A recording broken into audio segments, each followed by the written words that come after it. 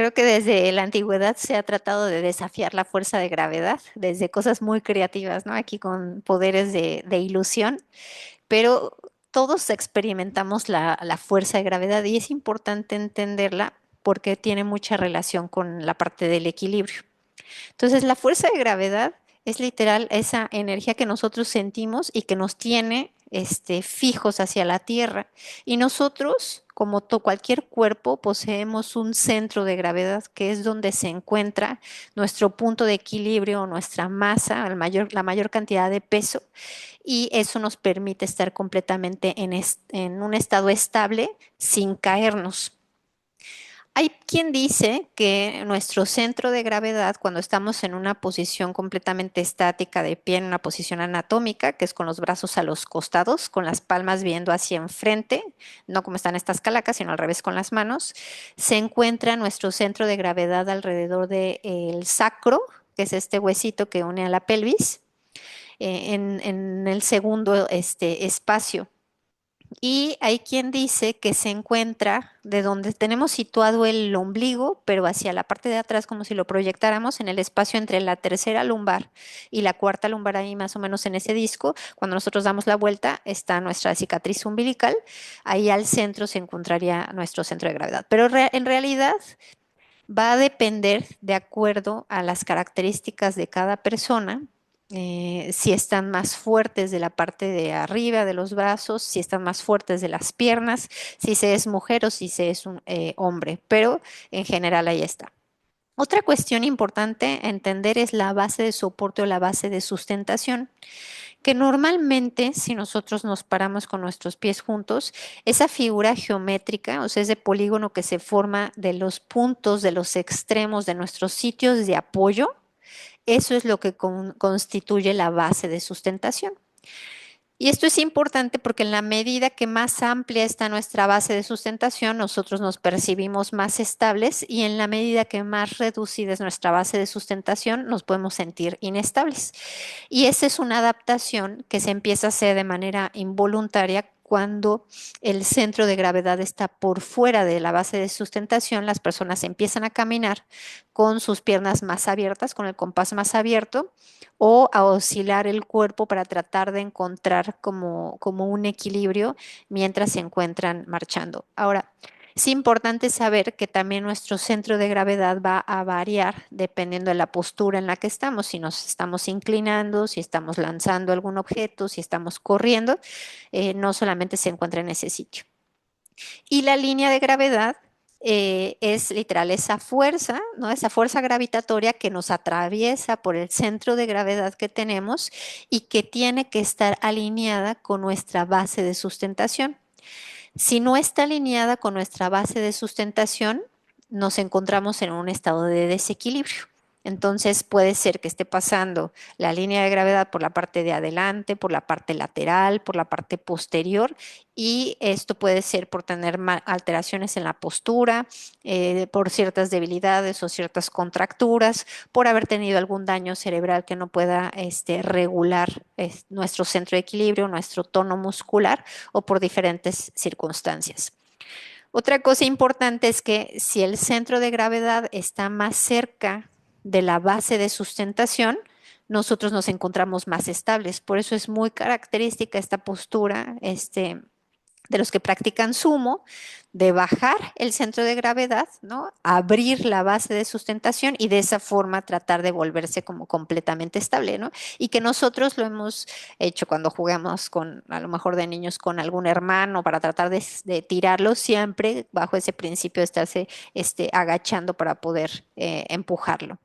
Y es una posición que también se utiliza en la práctica de muchos deportes, como por ejemplo ahorita que va a ser el Super Bowl.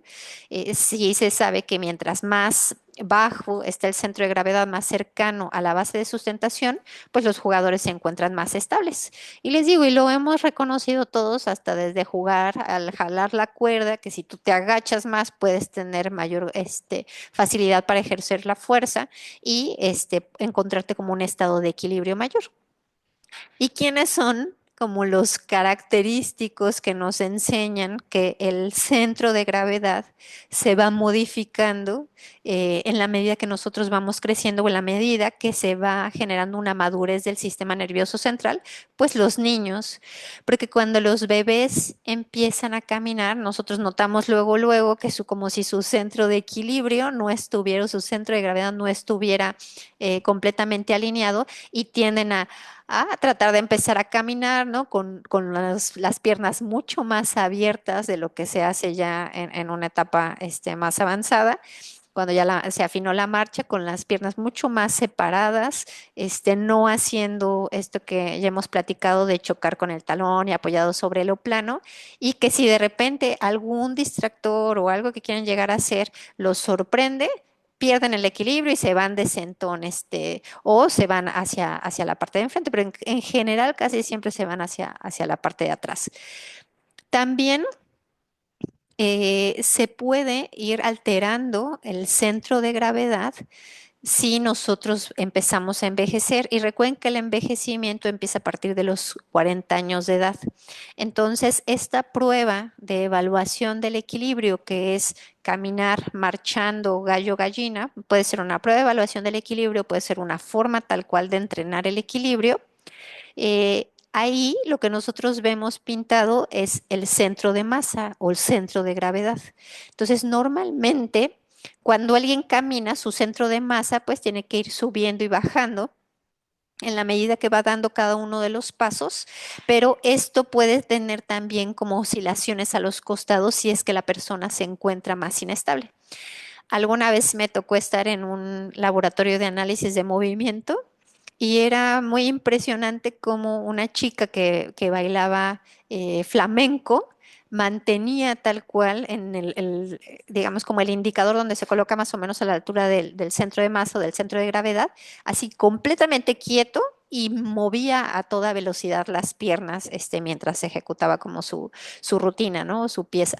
Entonces, ahí se encuentra nuestro centro de masa. Obviamente, en este artículo lo que demostraron es que una de las cosas que se pierde en la medida que envejecemos es la facilidad para hacer esta marcha de talón, de punta a talón, y por tanto tenemos que irle entrenando para mejorar. ¿Qué otra cosa puede llegar a afectar el centro de gravedad o el centro de masa? Vivir con sobrepeso y obesidad. Entonces, decíamos que cae como aquí la energía o la fuerza de gravedad, y en teoría la fuerza de gravedad, ese vector de fuerza tiene que pasar por el centro de masa o por el centro de gravedad para que la persona esté estable. Si se fijan, aquí está caminando y está cayendo fuera del centro de masa. Entonces, esto predispone a las personas que viven con sobrepeso y obesidad al riesgo de caídas o al riesgo de lesiones mientras están realizando cualquier tipo de movimiento. Y esto es importante también conocerlo para poder hacer como prescripciones específicas. Entonces, está afectado ese centro de masa o esa energía que no pasa por el centro de masa cuando van caminando hacia adelante y en ambas direcciones. En este otro estudio, ¿qué es lo que hicieron? Ver no solamente cómo estaba esa energía o esos vectores de fuerza del centro de masa proyectado con la línea de fuerza gravitacional, sino todos los músculos que están implicados simplemente, y es de la cintura para abajo, para que la persona pueda mantener una postura erguida. Entonces, ¿por qué les comparto todo esto? Para que sepan por qué se realizan ciertos ejercicios. Entonces, para que yo pueda en una plataforma permanecer completamente erguido, tengo que tener bien encendido mi músculo glúteo, tengo que tener bien encendido un músculo que se llama iliosoas, que viene de aquí desde las vértebras, hacia la cara interna de mi cadera. También mi músculo recto femoral, la parte posterior, que estos son los isquiotibiales, el bíceps femoral, el vasto, que es parte del cuádriceps, los gemelos, el músculo sóleo, el músculo tibial anterior. Entonces, ¿esto por qué se los comparto? Mantener el equilibrio o mantener el balance es dependiente no solamente de que funcione bien mi sistema cerebral, sino también que funcione bien mis músculos y que tengan una adecuada respuesta. Entonces, en este estudio, es un estudio bastante ocioso.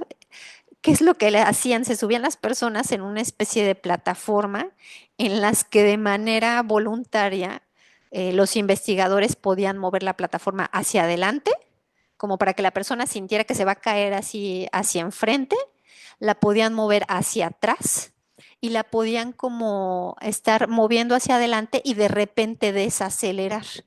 Entonces, esto es un movimiento que hacían con esa plataforma, moviéndola hacia adelante, luego la estaban moviendo hacia adelante y luego desaceleraban para ver la respuesta del cuerpo de las personas, luego la movían hacia atrás y de repente la desaceleraban para ver también la respuesta de los diferentes músculos y de ese vector de fuerza, que les digo que al final de cuentas es la traducción de la fuerza gravitacional, que es la que sentimos todos, pasando por el centro de masa y hacia nuestra base de sustentación, nuestra base de soporte.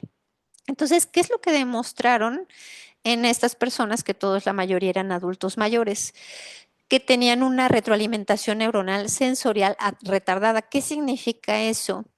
Que cuando los compararon con personas jóvenes, obviamente estas personas no hacían ejercicio, pero su velocidad de respuesta de sus músculos para encenderse y ponerlos en un espacio seguro era más lenta. Entonces, recuerden que todo músculo tiene una conectividad eléctrica, que es una neurona, ¿no? Puro cableado eléctrico, que es una neurona que llega a comunicarle al músculo. Entonces, ese músculo sabe dónde está situado en el espacio. Esa es la propiocepción. Entonces, imagínate, literal, cuando dicen, literal, me movieron el piso, eso fue lo que les hicieron a estas personas, ¿no? Un poco lo que se experimenta luego con los temblores. Entonces, me movieron el piso y entonces mi cuerpo tiene que ser capaz de una manera involuntaria primero, ¿no? Porque es establecer con mi propio tono muscular de mantenerme en una zona segura sin que me caiga. Pero por otro lado, el equilibrio también tiene un componente que es cognitivo, que es de aprendizaje. ¿Cómo se aprende? A través de realizar ciertos movimientos en donde estos músculos aprenden a cómo encenderse y apagarse. ¿Y qué es lo otro que encontraron en este estudio? Que como si los músculos no solamente se tardaban en responder, sino como si hubiera una desorganización de los músculos. Normalmente hay uno que se tiene que encender y uno se tiene que apagar, y así, como si estuviera una orquesta sinfónica, todos muy armónicos, tocando la misma melodía. Y lo que sucedía en este es que como que el que se tenía que encender no se encendía, se encendían otros. Entonces, ese término en medicina, en biomecánica, se dice co-contracción. Como que se activaba un músculo y también se activaba el opuesto, o sea, con una manera completamente desorganizada. Entonces, les comparto esto porque todo esto es entrenable. ¿Y cómo es entrenable? Pues a través de ejercicio de fuerza para que esos músculos que yo estoy diciendo que se necesitan para que yo tenga un buen equilibrio estén fuertes para proporcionar una estabilidad.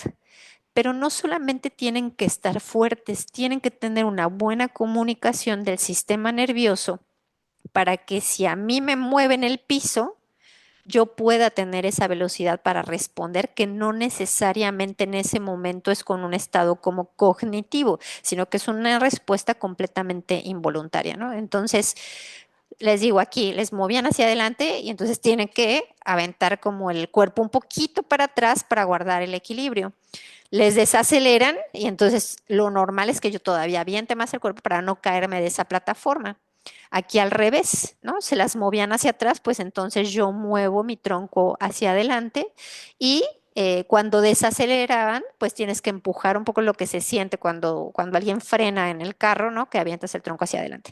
Esto todos tenemos nuestro entrenamiento, sobre todo los que en la Ciudad de México viajen en metro o en algo o en metrobús, que se siente perfectamente cuando el chofer frena y que el cuerpo tiene que tratar de preservar como su estado de equilibrio. Entonces, el equilibrio tal cual es una habilidad para mantener, lograr o restaurar el estado de equilibrio en cualquier postura o actividad, ¿no? Entonces también le dicen como el estado de balance. Puede ser que me mantenga en una posición erguida y que no me vaya a caer, pero también es muy necesario para hacer ciertos gestos deportivos como bailar, como quien hace gimnasia olímpica y da mortales, los que practican clavados, o sea, gestos motrices mucho más complejos pero que también son indispensables, ¿no? Para hacerle frente a la vida cotidiana. Entonces, ¿para qué me sirve tal cual el equilibrio? Pues para que yo pueda hacer cualquier cosa, desde ponerme un pantalón parado en un solo pie, ponerme mis zapatos, ponerme mis calcetines, poder subir escaleras, poder bajar escaleras, poder caminar hacia enfrente, caminar hacia atrás. Eh, el hecho de que pueda yo caminar y de repente alguien me da otra instrucción y yo tenga que girar de manera súbita. Y pueda lograr mantenerme estable sin caerme. Entonces, son en muchas actividades de la vida cotidiana, nosotros necesitamos tener un buen equilibrio. Y ya para cuestiones como deportivas, pues sí mejora el rendimiento físico y también es importante como una estrategia de autocuidado.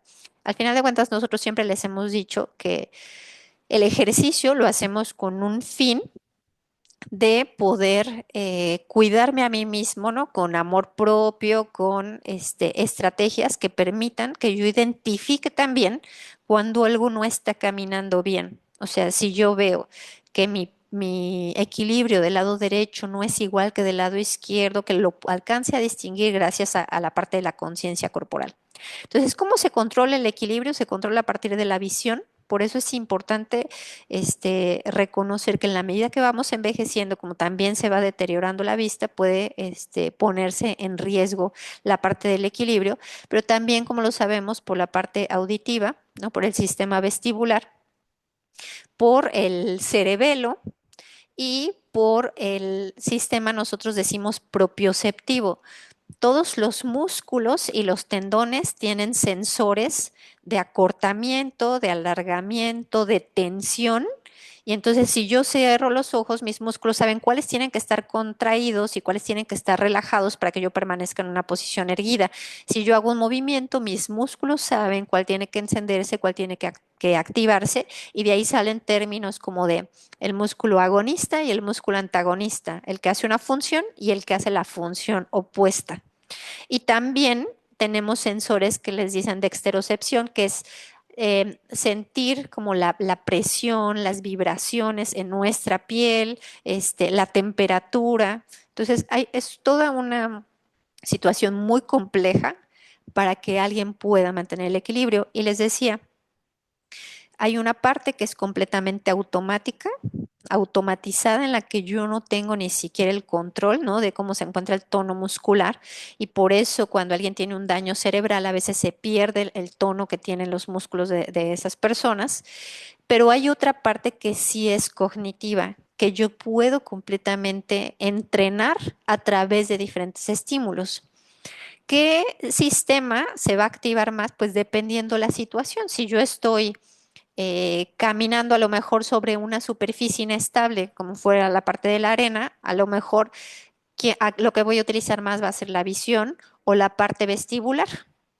Y si yo me encuentro a lo mejor en un lugar que está súper oscuro, entonces lo que voy a utilizar más es toda la parte propioceptiva, porque no alcanzo a ver bien, pero estoy como muy al pendiente de lo que escucho y de mantener el equilibrio ahí, y también muy al pendiente de cómo mis músculos se están adaptando mientras yo estoy dando los pasos.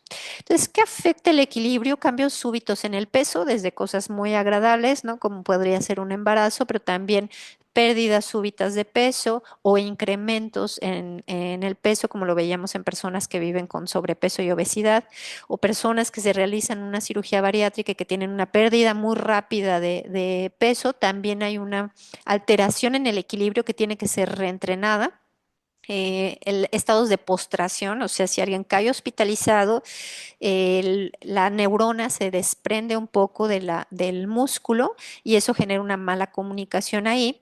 Y también la parte de las conductas sedentarias. Ya hemos visto que también el propio sedentarismo genera que haya como una especie de denervación, como si no hubiera buena comunicación del sistema nervioso con el músculo, periodos de inactividad física, elegir más hacia el bajo movimiento.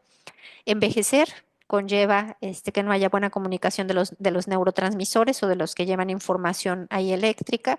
Algunas enfermedades, por ejemplo, vivir con diabetes, que altere también las terminales nerviosas y también afecta la salud muscular. Es una enfermedad que desafortunadamente afecta las dos cosas, afecta las terminales nerviosas y afecta también la salud muscular.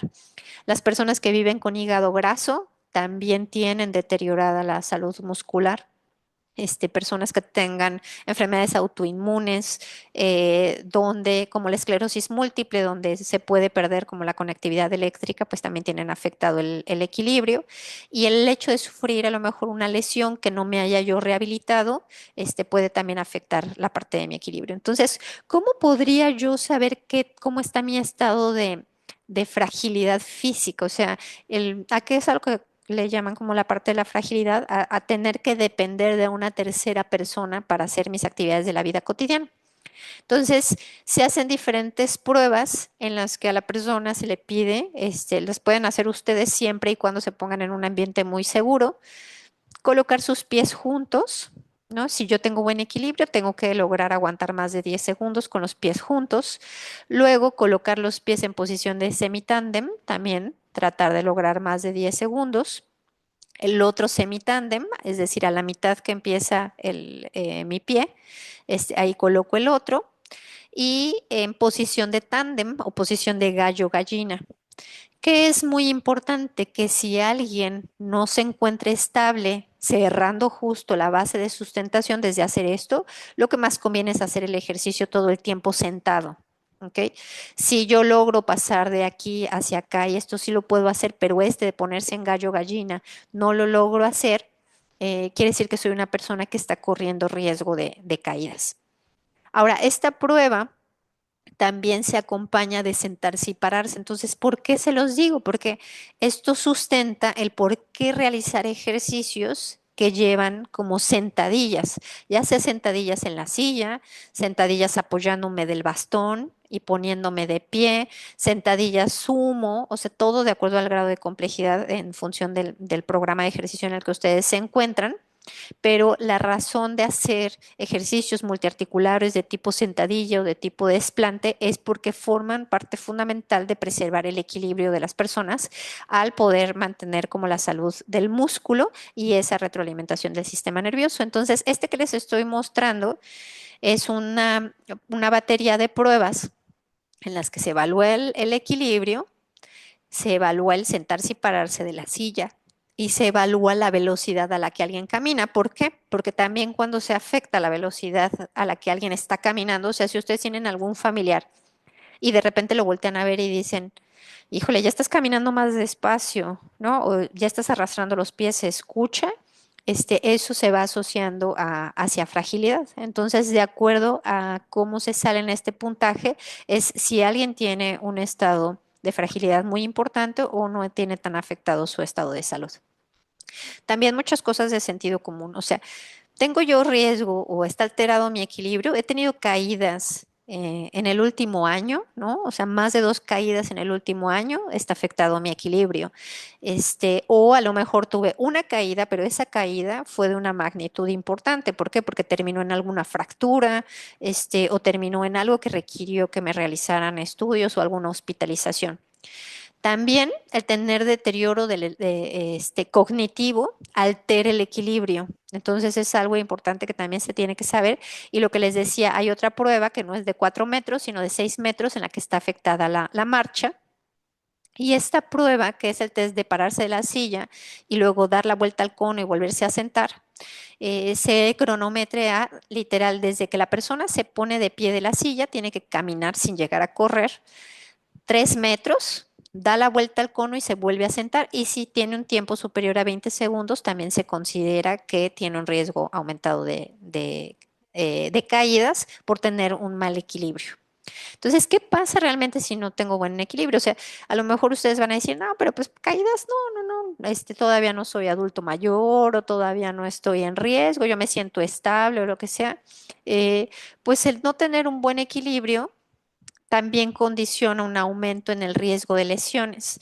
Entonces, si bien es cierto que hay incluso deportistas que no tienen buen equilibrio y aún así generan su gesto deportivo, se ha demostrado que quien no tiene buen equilibrio se lesiona más.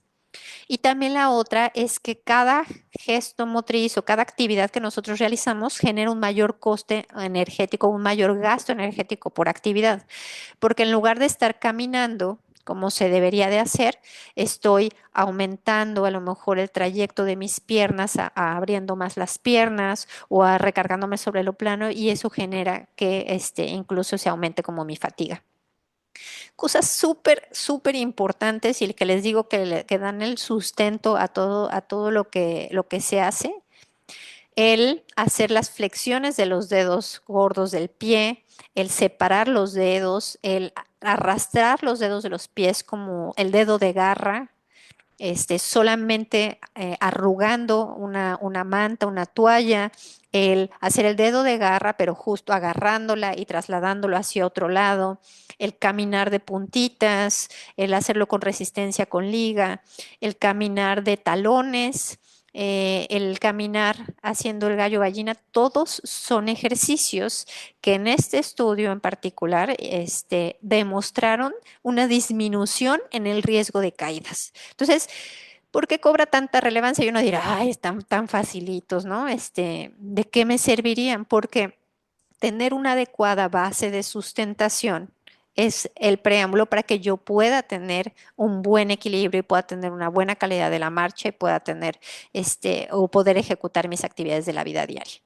Pero hay muchos otros ejercicios que yo puedo entrenar como y que los han estado experimentando durante las sesiones. Si yo reduzco la base de sustentación y pongo a mayor reto a mi cuerpo, ¿no? Con el apoyo en un solo pie, mejora mi equilibrio. Si yo alejo, porque mi centro de gravedad se modifica en función de las actividades que hago, si elevo los brazos elevando una pelota, se modifica mi centro de gravedad y por lo tanto puedo mejorar y la parte de mi equilibrio.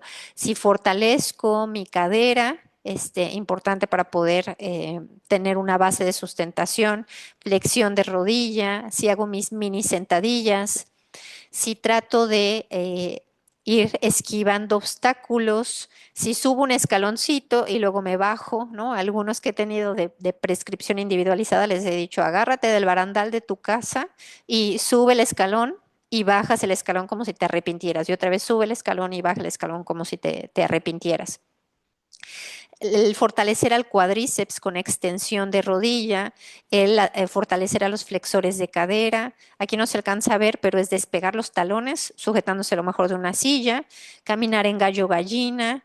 Aquí no utilizan el bastón como lo hacen algunos de ustedes, que es el bastón para ponerse de pie y hacer como la sentadilla, o los que lo realizan conmigo con las diferentes variantes de sentadilla el hacer actividades mixtas o actividades combinadas, ¿no? De que de repente paso algo por una pierna y luego paso algo por la otra pierna, en donde estoy modificando también a qué punto están viendo mis ojos y eso es un reto para que mi cuerpo pueda mantenerse estable a pesar de tener variaciones en los ojos.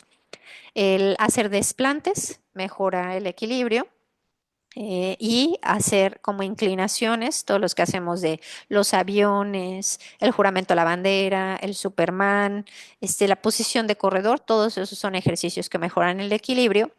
Y este que a lo mejor ya es un poquito más avanzado, donde se puede hacer en forma de vals, dando un estímulo al cuerpo en todos los sentidos.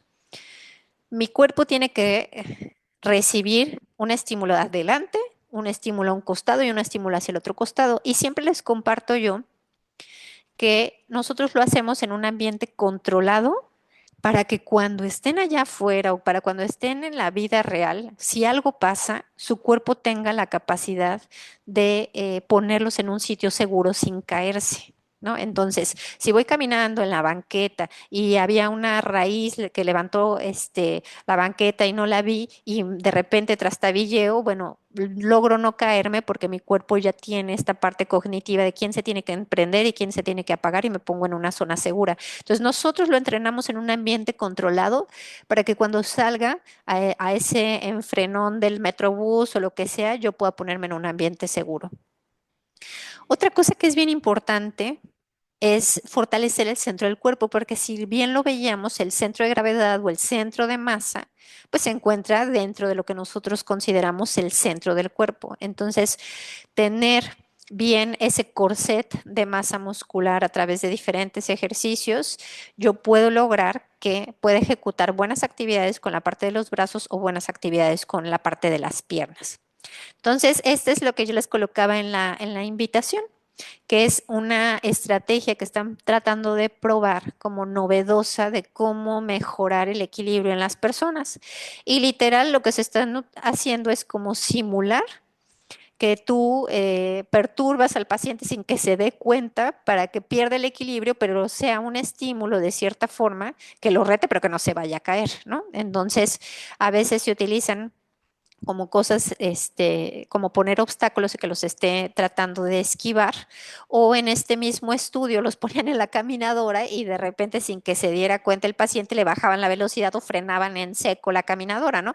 Obviamente esto, pues se tiene que hacer en un ambiente seguro, pero a lo que quiero decirles es que ya se están preguntando como los investigadores de... Ok, lo estamos entrenando en un ambiente controlado, como lo hacemos nosotros a través del ejercicio, pero si yo hago actividades combinadas, como tener que ponerle atención a una pelota y cacharla mientras estoy entrenando por otro lado el equilibrio, eso me ayuda porque en la vida real yo tengo muchos estímulos y cuando ocurren los accidentes realmente es cuando pasan cosas como mixtas, como combinadas, donde la atención no está 100% en la actividad, como venir hablando por teléfono en las escaleras o venía bajando normal y me marcan y entre que saco el celular y volteo y ya no logro de manera automática ponerme en una zona segura. Ahora, el ejercicio tiene que hacerse siempre en características que la persona lo pueda realizar sin ponerse en riesgo, pero también tengo que irme progresando para que sea un estímulo mayor, paulatino. Entonces, hay ciertas cosas que yo las debo comenzar sentado. Otros, si me siento muy inestable, los puedo realizar sujetándome de la pared o de una silla. En otros, como que ya me voy calando, de repente me agarro y de repente me suelto, pero todo el tiempo tengo en contacto a lo mejor los dos pies en el piso. A lo mejor después ya empiezo a despegar el pie del piso, pero lo hago así súper chiquito para que cualquier cosa me vuelvo a recargar. Puedo aumentar el rango de movimiento o puedo incluso cerrar los ojos y así quito el estímulo de equilibrio de los ojos o puedo colocar superficies inestables en cosas más avanzadas.